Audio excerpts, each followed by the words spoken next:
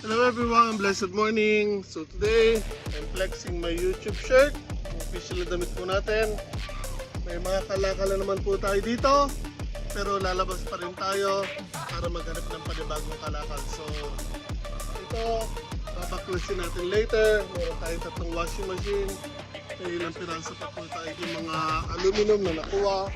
Pero again, kailangan natin dagdagan yan. So day of today, dito tayo para maghanap ng kalakal. So dito sa Japan, sayang ang oras. So kapag may free time ka or dito wala kang pasok sa trabaho mo, ikot-ikot ka kung wala kang ibang gagawin. So as of now, ang mga halaman ko, karamihan sa kanila patapos na. Yung iba naman dyan, okay pa rin.